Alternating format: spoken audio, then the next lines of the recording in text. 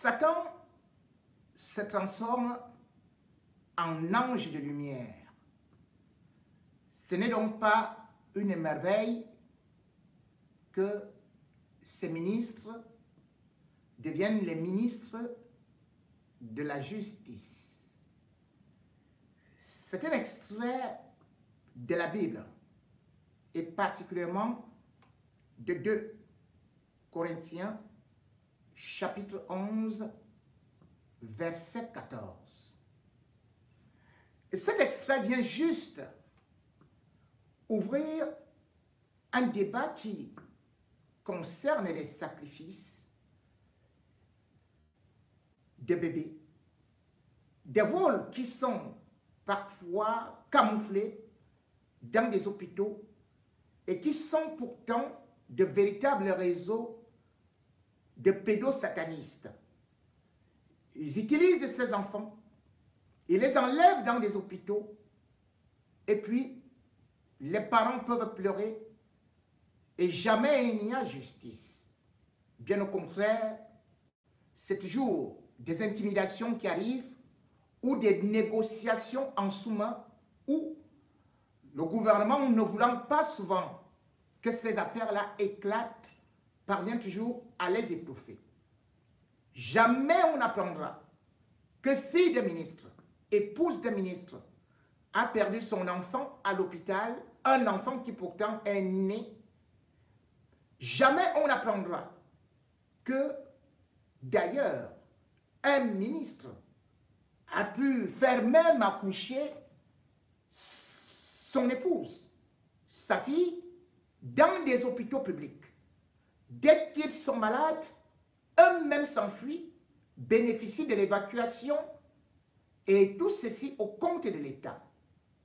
L'hôpital public, qui est donc supposé être au service du peuple, le bas peuple qui n'a pas les moyens de bénéficier de l'évacuation, de pouvoir se soigner dans des cliniques bien équipées, ce bas peuple est obligé d'aller dans l'hôpital public, qui ne reste public que de nom, puisqu'il faut payer pour y avoir accès, sinon on se fait confisquer soit soi-même, soit le bébé. Et les bébés, justement, sont devenus comme une marchandise, utile pour certaines personnes tapées dans l'ombre, qui en bénéficient parce que cherchant toujours de l'emploi, ces femmes issues de la basse classe sociale et qui, lorsqu'elles arrivent, étant démunies, accouchent et se retrouvent finalement sans bébé.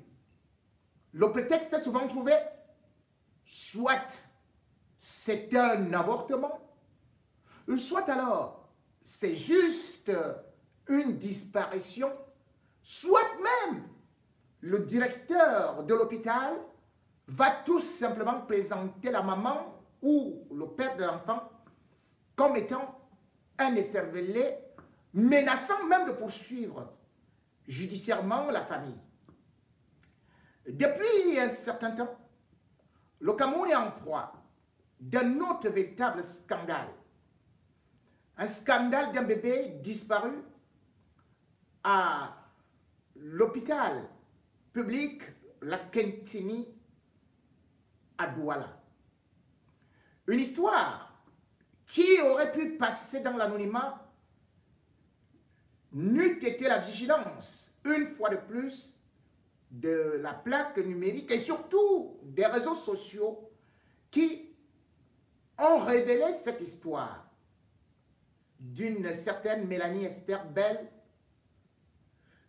qui est arrivée pour accoucher et qui malheureusement ne verra plus jamais son bébé. La communauté nationale s'est levée comme un seul homme pour crier au scandale. Même les artistes, souvent habitués seulement à tourner les reins et agir avec leur bas-ventre, ont dû cette fois-ci sortir de leur mutisme pour manifester leur ras-le-bol par rapport à cet incident que le directeur de l'hôpital La Cantini a tenté d'étouffer par une succession de communiqués aussi alambiqués et contradictoires les uns que les autres. Le premier, le 3 avril, niant complètement les faits, et le deuxième, maintenant 5 jours plus tard, alors qu'il venait de nous dire que après avoir ouvert lui-même une enquête, il s'est retrouvé que tous ces faits-là étaient tout simplement des inventions issus de quelques cerveaux qui veulent peut-être déstabiliser soit la réputation, la renommée de ce bel établissement, soit alors de déstabiliser le Cameroun. Le deuxième, 48 heures plus tard, donnait déjà une autre version, à savoir que cette fois-ci, c'était une stagiaire qui aurait fait une erreur incroyable à prendre ce mort-né, même pas mort-né, ce déchet qui est sorti du ventre de cette jeune femme pour aller le mettre dans le vidoir. Et voilà, ceci étant constaté, les sages-femmes n'étant pas là, et rien d'eux ont été suspendus par le directeur de l'établissement. Bravo, puisque le directeur a donc réagi. Mais patatras, parce que on nous a dit qu'elles étaient traduites en conseil de discipline le 6 avril et qu'on devait attendre les résultats de l'enquête d'une gendarmerie qui avait été saisie. Et entre-temps, on nous a aussi annoncé que le gouverneur de la région du littoral était monté au créneau pour déjà lui-même créer une enquête, une commission d'enquête mixte. Et voilà que subitement, le ministre de la Santé, Manoa Damalaki, lui aussi s'est dit, ah tiens, il y a quelque chose à aller faire à Douala, certainement pour ressusciter le bébé, ou alors pour le retrouver, ou tout simplement pour venir licencier le directeur en question, voire le personnel qui a failli à sa mission. Que non! Bien au contraire, Manoa Malaki, avec juste un coup de baguette magique, a réussi à résoudre tous les problèmes et à faire tourner la langue de la jeune maman, des parents et surtout de nous faire un communiqué dans un brouillon aussi ridicule qu'incroyable. Que s'est-il passé? Eh bien, aujourd'hui, on nous raconte donc que la jeune dame serait partie d'abord à l'hôpital Nilon et de Nilon, elle a atterri comme ça au niveau de la Cantini avant d'être prise en charge. Et maintenant, il n'y a jamais, faut-il le dire, selon le communiqué qui a été signé, que dis-je, selon l'engagement qui a été signé sur 2 papiers volants, il n'y a donc jamais eu de vol d'enfants, de vol de bébés. Avant d'analyser et de donner mon point de vue par rapport à cette situation, nous allons lire les extraits de cette lettre qui a été faite et pour que vous-même, vous puissiez aussi en juger comme moi. Parce que ceci est dit, ceci est présenté comme un procès verbal. Et dans le procès verbal, je vais vous lire que il a été clairement admis, selon le procès verbal, par la famille. Par la famille. Et toutes les parties en présence, qu'il n'y a eu aucun vol de bébé. Donc, la vidéo que vous avez vue, on nous dit que cette vidéo-là n'existe pas. Nous avons rêvé. Et puis nous avons vu la maman qui pourtant pleurait son bébé, remerciait plutôt le staff de l'hôpital Lankentini de l'avoir bien encadré. Tiens. Mais on croyait qu'elle va donc dire, on a retrouvé le bébé. Non. Puisque le bébé n'a jamais existé. Ou plutôt aux alentours de 4h45, lorsqu'elle arrive à l'hôpital Lankentini, il semblait qu'il y avait ou le coton dans son ventre, ou peut-être les grenouilles, ou peut-être le ndolé, ou peut-être le cuit, ou peut-être elle avait mangé beaucoup de crabes. Toujours est-il qu'elle-même ne sait pas ce qu'elle portait dans le ventre, puisqu'il est écrit qu'à cet instant-là, s'est suivi l'expulsion d'un produit de conception et ses annexes pesant 900 grammes. Ce produit a été malencontreusement évacué par un personnel stagiaire. Un personnel stagiaire. Ce n'est plus une seule fille qui était stagiaire.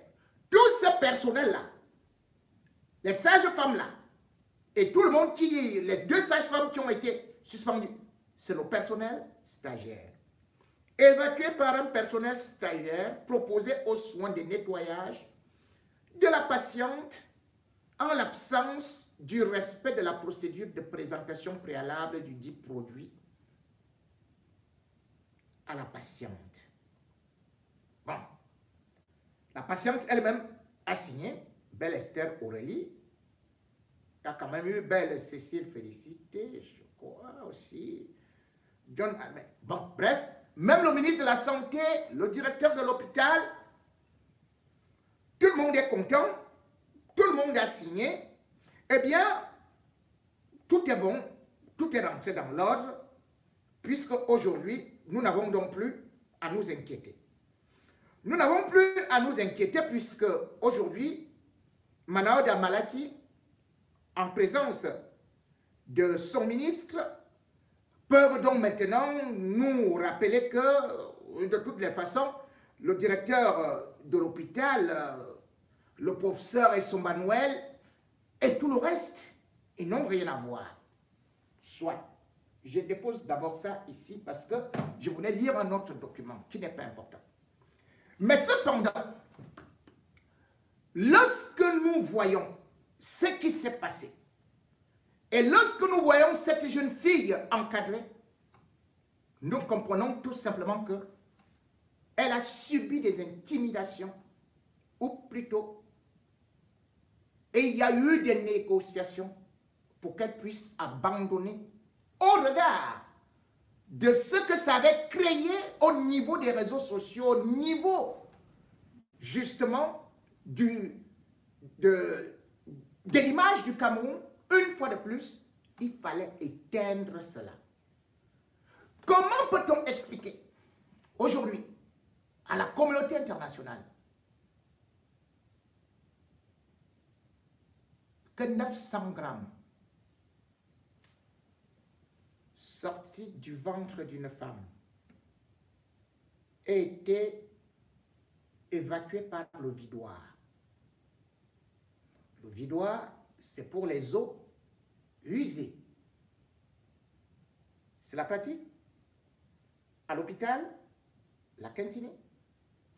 Dans ce communiqué, on ne nous dit pas comment est-ce que cette femme a eu à perdre donc un bébé de 8 mois et demi. Et comment elle s'est retrouvée en train d'avorter. Était-ce un avortement volontaire? Était-ce une malformation de l'enfant? Était-ce tout simplement, alors, ce qu'on peut dire, une grossesse prématurée, ce qui n'est pas le cas. Parce que avant 22 mois, on peut encore dire que les poumons ne sont pas encore totalement formés. Mais après cela, on parle bel et bien des bébés. Et ce qui est extraordinaire, d'abord, c'est que devant le ministre de la Santé, on ne nous parle pas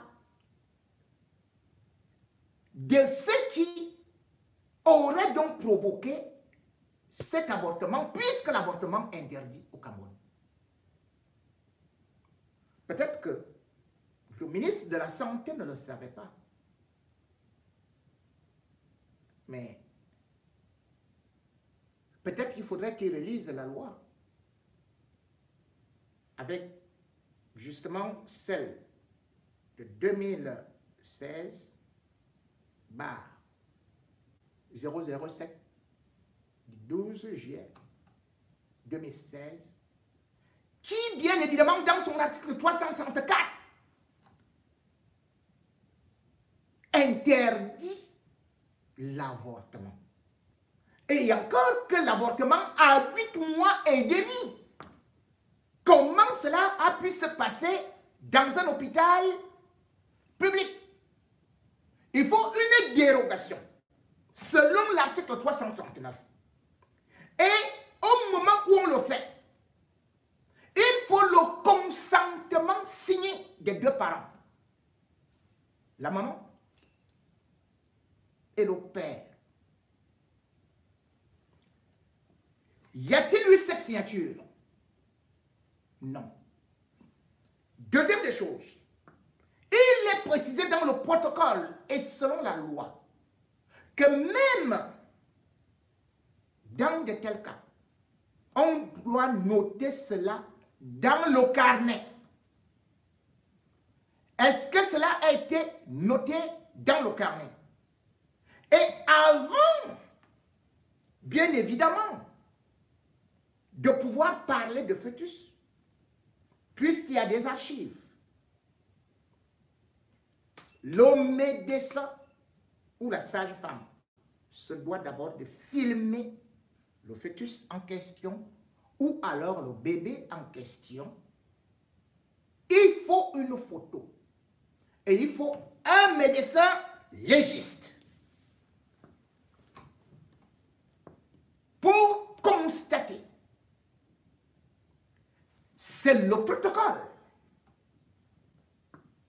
Aujourd'hui, un ministre de la Santé vient donc nous dire que la loi ne sert à rien et qu'on a pris des stagiaires comme ça pour venir superviser des accouchements. Et puis, il y a eu un objet de 900 grammes qui a été extrait du ventre de la femme, mais n'a pas été présenté soit à la femme, comme l'exige également le protocole, soit au père, comme l'oblige, le contraint, le protocole, qui doivent eux seuls décider de l'inhumation. Que ce soit le placenta, perdu. 900 grammes d'objets de quoi là, tout ça est perdu. Et on applaudit. Vive la République et surtout l'hôpital à Quintini qui fait de la magie et qui a réussi à sauver cette femme qui avait un monstre dans son ventre et qui a été extrait avec une potion magique. Et puis, tout cela était tellement dissous que on n'en voit plus, on ne sait pas là où c'est parti. Voilà donc Manaoda Malaki.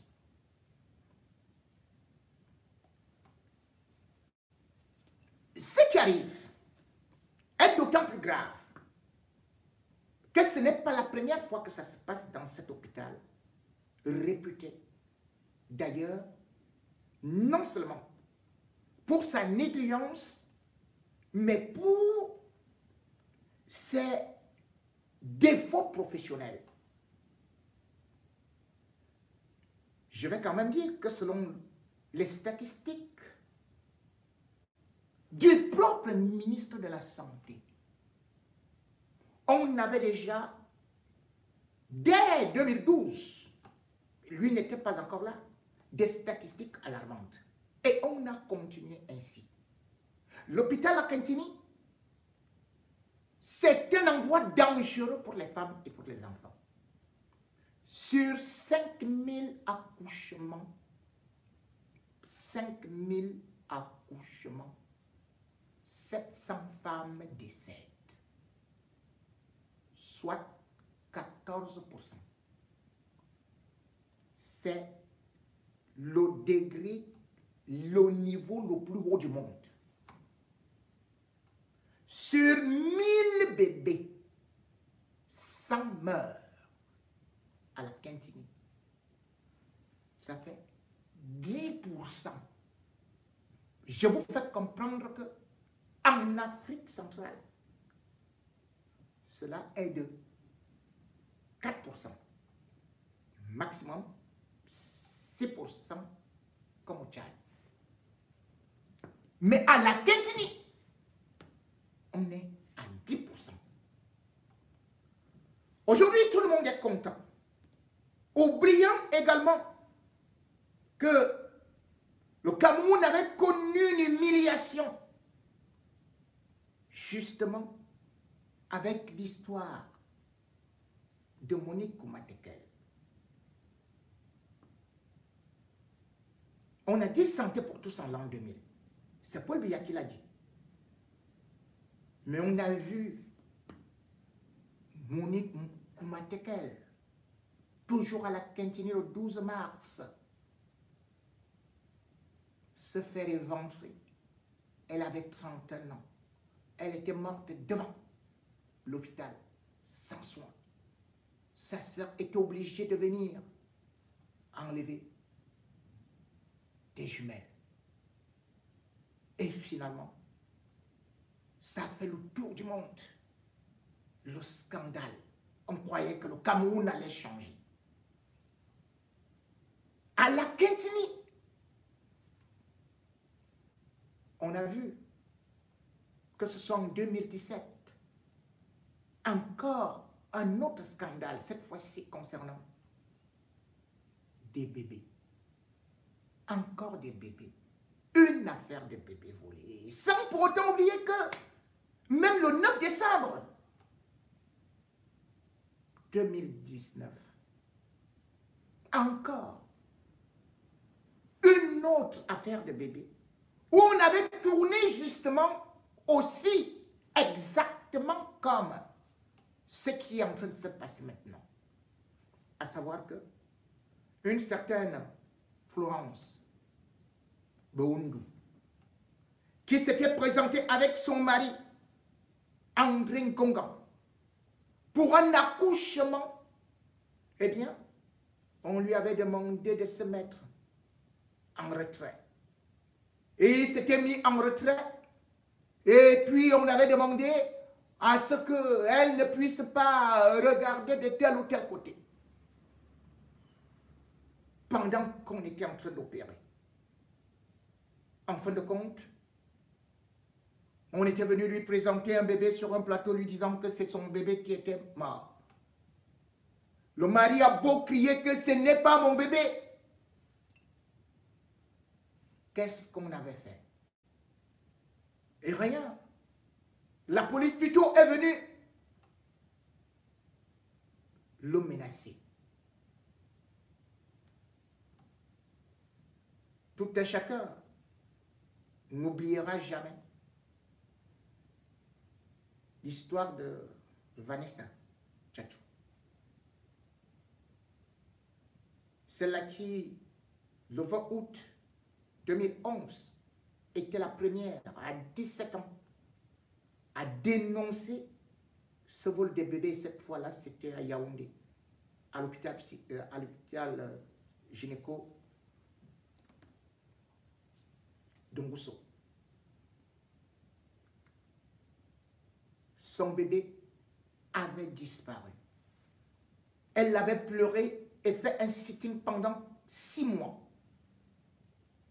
On avait vu le docteur Sosten Fouda prendre la tête de ceux-là qui demandaient justice, accompagné de Kawala.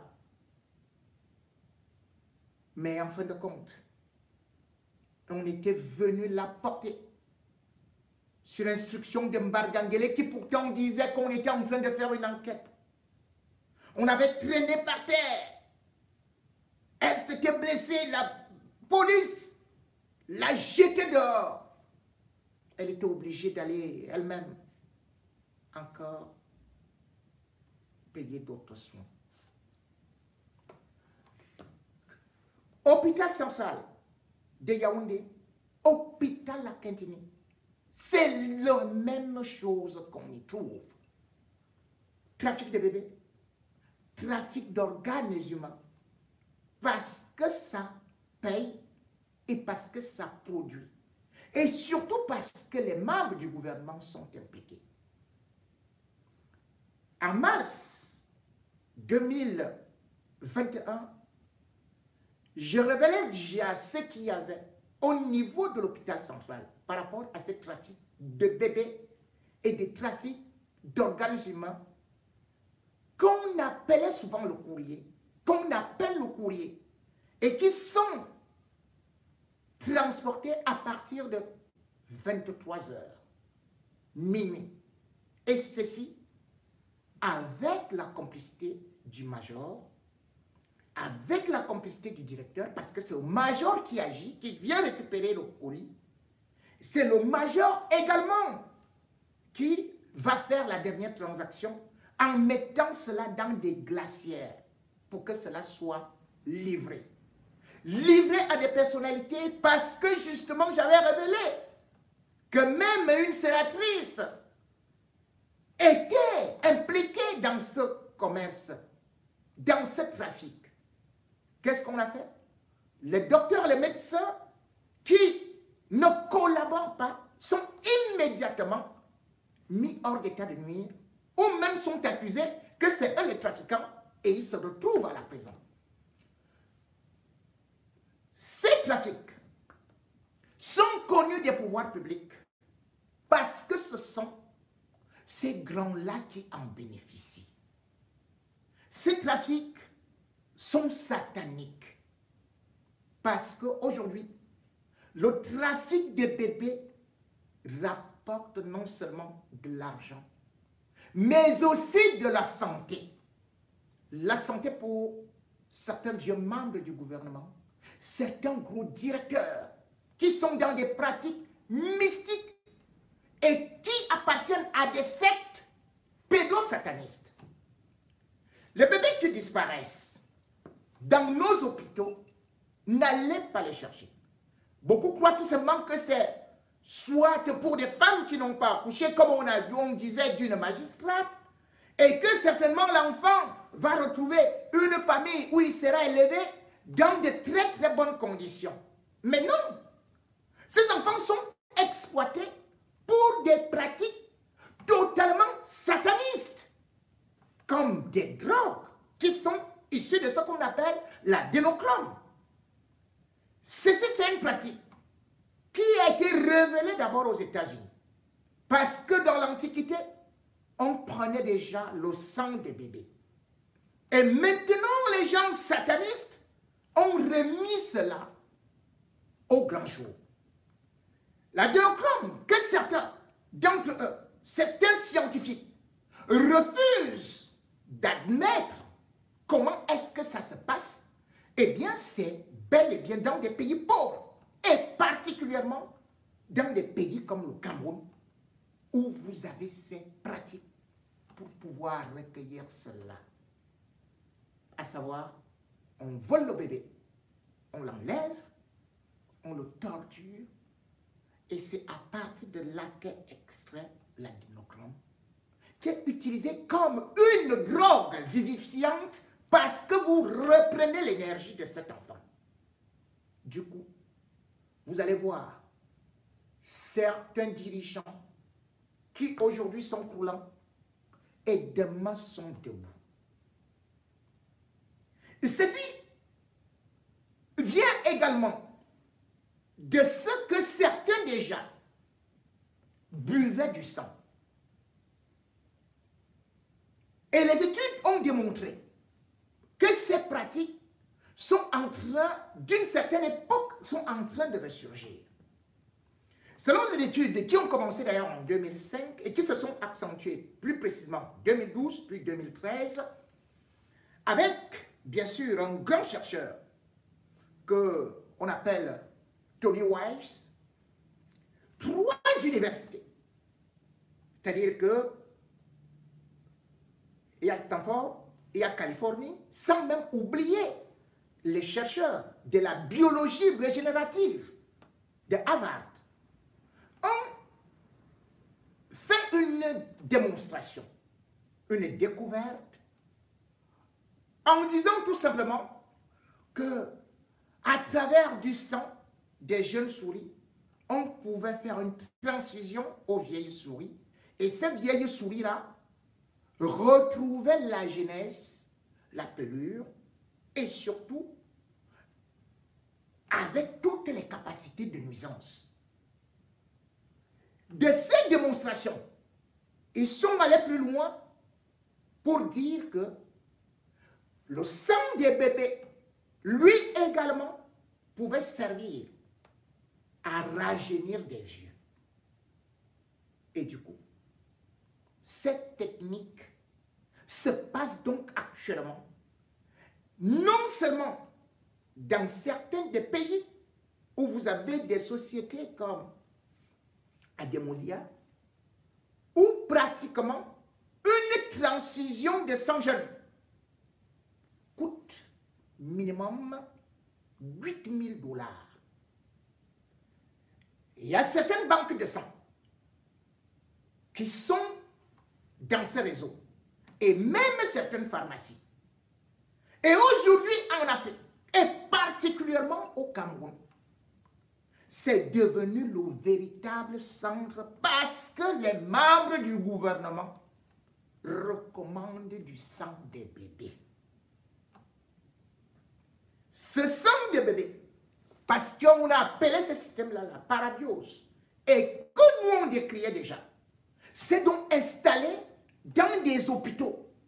C'est pour cela d'ailleurs que une des mamans qui, bien sûr, était l'épouse d'un pasteur, l'épouse d'un pasteur, vous avez révélé qu'elle venait d'Akonolinga.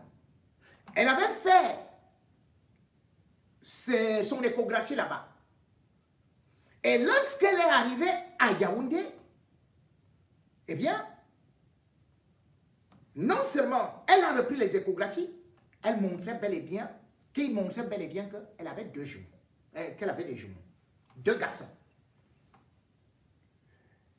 Mais le jour de l'accouchement, le médecin était venu lui dire: est-ce que vous pouvez partager ce que vous... Est-ce que vous pouvez partager avec d'autres ce que vous avez? Elle n'avait pas compris la question.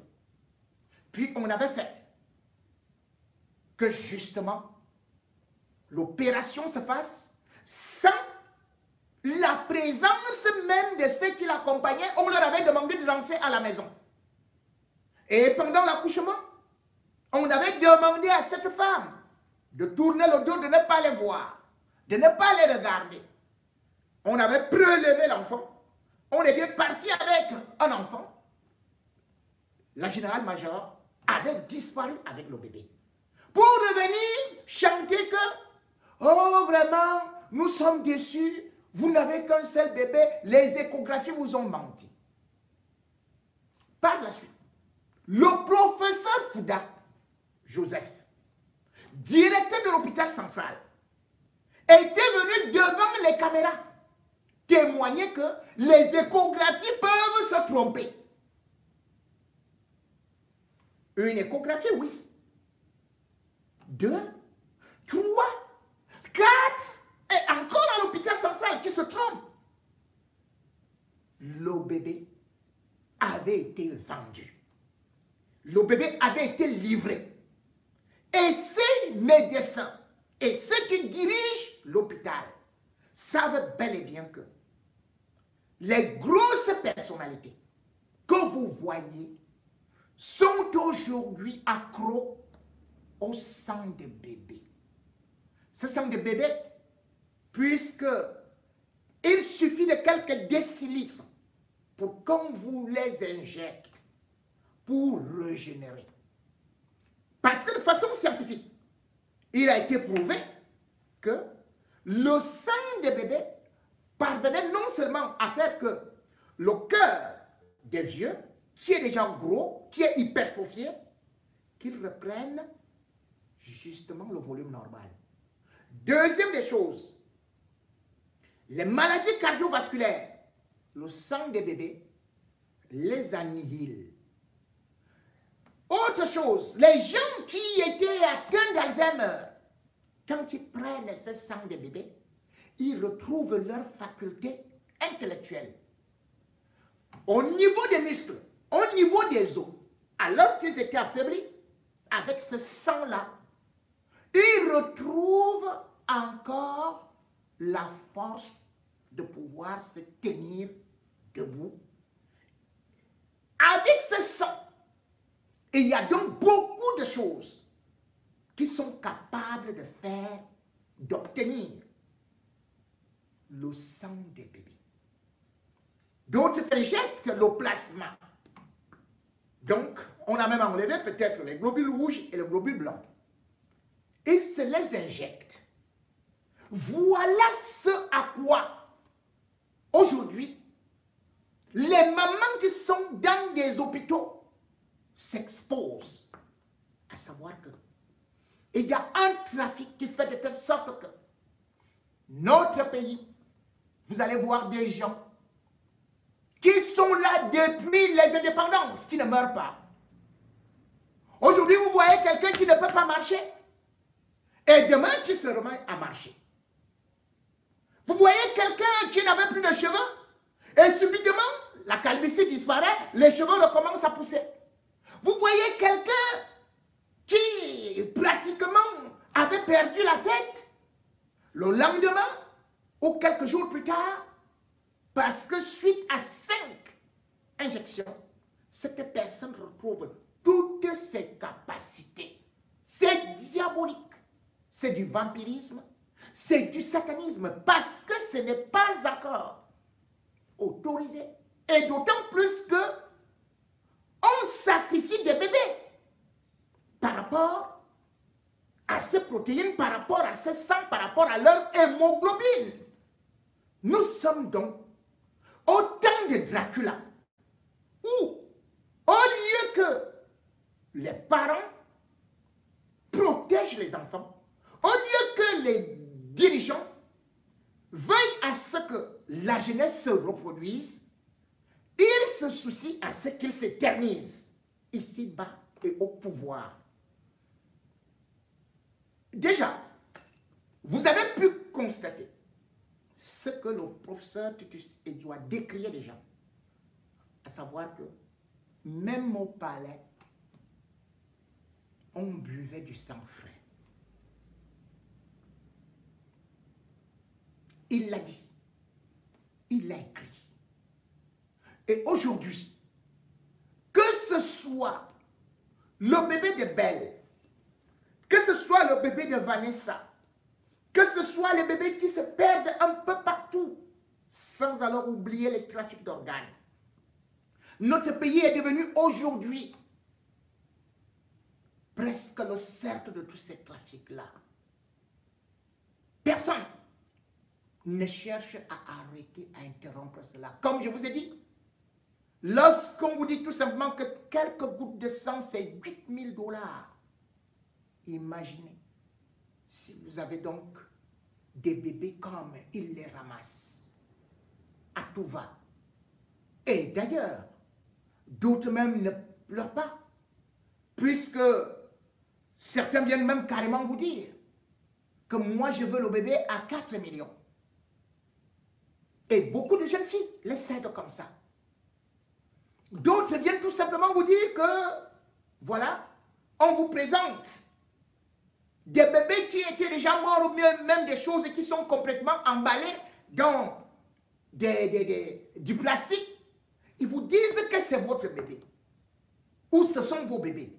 Comme par exemple celle-là qui avait perdu 5 enfants au niveau de l'hôpital central, soi-disant qu'il manquait de couveuses. On demandait tantôt qu'aller chercher du sang, aller chercher, pendant ce temps on dit que revenez avec des personnes qui peuvent faire pour les transfusions sanguines. Il faut que... Mais la famille avait fait tout ça. On était même venu avec 8 personnes qui voulaient donner le sang. Et finalement, à l'hôpital central, on avait dit que non, on ne veut plus de votre sang là. Prenez votre bébé, prenez vos bébés, ils sont déjà morts. 5 partaient comme ça, en disant tout simplement que c'était une erreur de couveuse. Cette affaire, qui est donc aujourd'hui sur la place publique, devrait encore nous montrer jusqu'où nous avons un régime satanique. Et ceux qui, aujourd'hui, acceptent d'aller signer ces documents, parce que ces documents ne peuvent pas être faits par la famille. Les termes sont techniques. Une femme qui vient d'accoucher ne peut pas dire que objet. C'était quel objet? Ou tantôt viable ou pas viable. C'est quelle histoire ça? Une femme est venue avec sa grossesse. 8 mois. Mais tiens, à 8 mois, même à 6 mois, on accouche. Qu'est-ce qui s'est passé? Où est le certificat médical?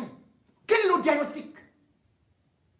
Pour pouvoir venir raconter maintenant aux gens que non, elle est d'abord passée à tel ou tel endroit, puis elle est venue chez nous à 4h30, et puis subitement, vous décidez d'évacuer une grossesse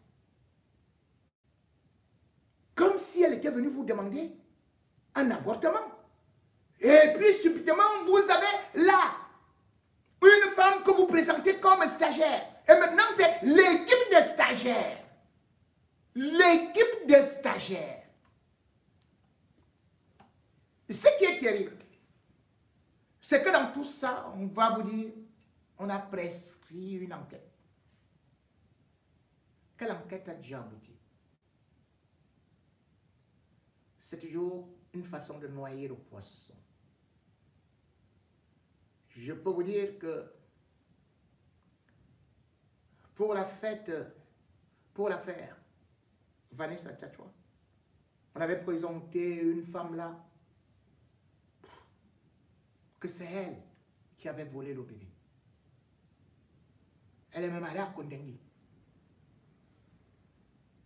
Et dès que nous, on a tourné le dos pour regarder d'autres choses, le régisseur l'a libérée, puisque d'ailleurs elle ne dormait pas en prison. Elle partait dormir avec le régisseur à l'hôtel. Vanessa Tchatchoua n'a jamais retrouvé son bébé. Lorsqu'on parle de toutes ces enquêtes qui ont été prescrites, cela veut tout simplement dire qu'on les met dans les tiroirs. Et puis au revoir. Et au prochain scandale. Un pays qui ne respecte pas la vie humaine, la vie des enfants. Ou plutôt, on est dans le trafic de sang, le trafic d'êtres humains, le trafic de bébés, de fœtus. Le placenta, ils les mangent. Ces gens-là, ils mangent, ils avalent les placentas des femmes.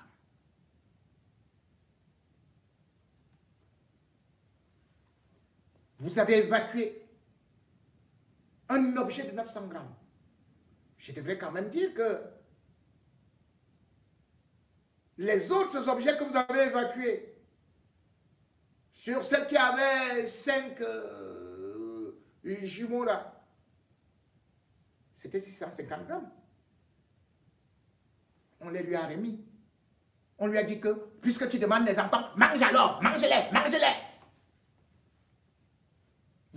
qu'on a fait. Et on a chassé.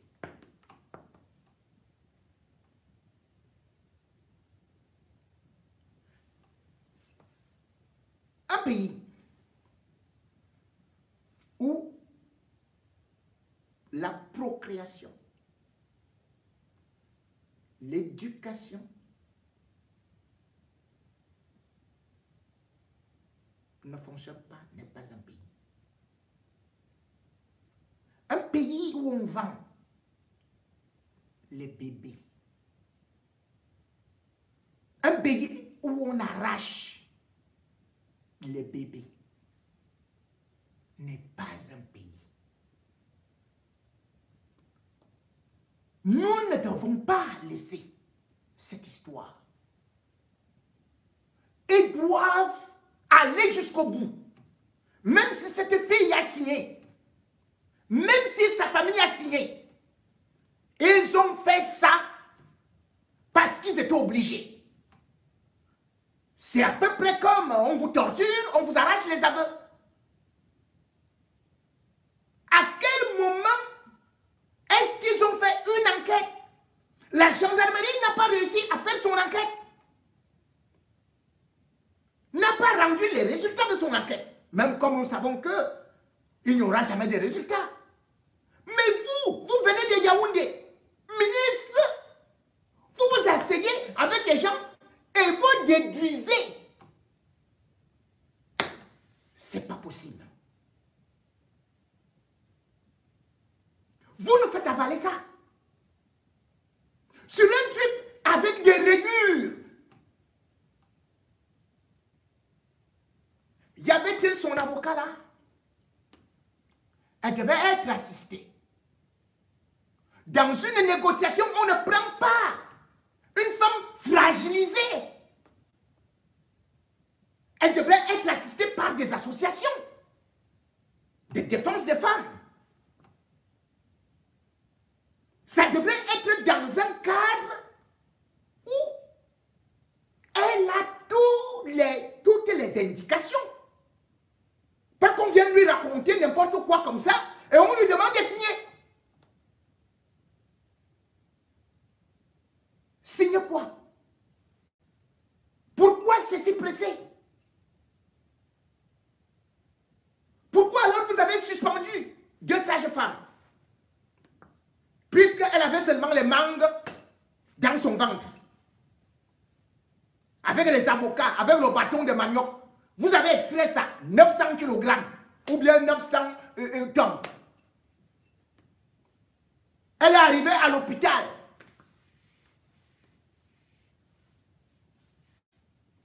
Avec son sac de macabo de 8 mois et demi. Et vous lui demandez de signer. Que signe ici. Le gouverneur est là, avec les galons. Oh, c'est pas... Le ministre est là, avec les gendarmes. Et vous voyez que cette femme-là pourrait faire comment?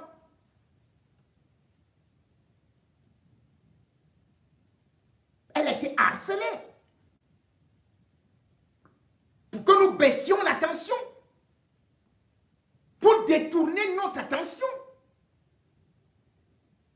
Et pour baisser l'attention de cette population qui veut aujourd'hui au moins la vérité sur cette affaire. Qui a pris ce bébé-là? Bon, vous nous dites que le bébé, bon, ça n'existe pas. Apportez-nous donc le lot d'avocats là que vous avez retiré de son ventre. Qui a réussi à passer par le vidoir. Le vidoir. Ça s'est transformé en eau.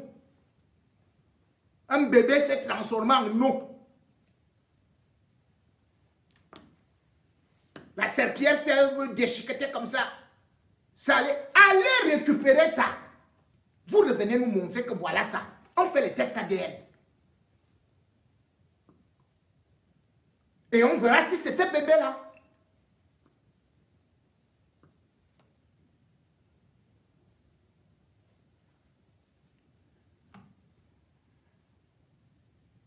De scandale en scandale.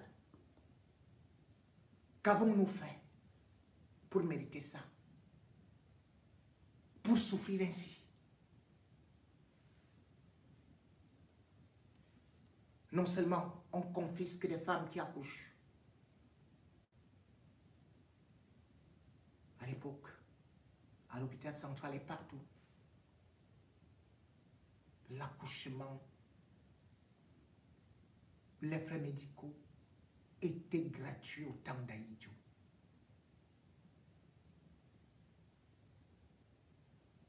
Aujourd'hui, regardez l'hôpital public et regardez ce qui s'y passe.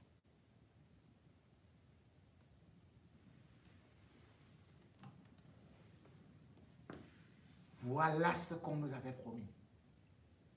Santé pour tous en l'an 2000. Comme on vous promet aussi, émergence en 2035. Il n'y aura rien. La seule chose où nous avons progressé, c'est dans les cultes sataniques.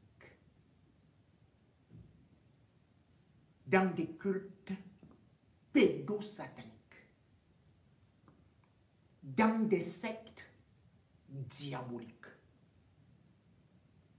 Dans des trafics d'ossements et d'organes humains. Dans le trafic, le vampirisme des bébés. Ils appellent ça l'élixir de jouvence. Quand ils se rencontrent dans leur rite et leur sacrifice plutôt rituel, ils mangent les petits doigts de bébé là. Ils les croquent comme du soya mais cru. Après avoir pris du sang, ce petit sang-là, et ils sont déjà à un autre niveau. Parce que comme j'ai dit, les autres, ils utilisent plutôt parfois le sang des jeunes. Dans des banques, c'est-à-dire que des jeunes de moins de 24 ans, c'est eux qui vont donner leur sang et les vieux les rachètent. Seuls dans des grands milieux pédosatanistes, on trouve le sang des bébés. Et parmi les pays qui livrent le plus, le mieux, où on peut en trouver en quantité abondante, l'essentiel c'est d'aller à l'Ekentini ou à l'hôpital central.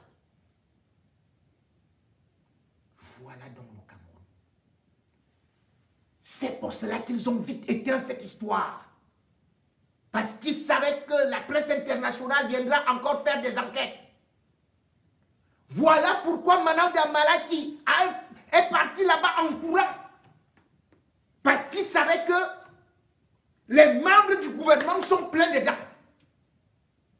Et que les lumières du monde entier vont encore voir une image désastreuse, ténébreuse, diabolique du Cameroun. Et eux, ils vont nous dire que c'est un pays béni de Dieu, mais entre les mains des satanistes.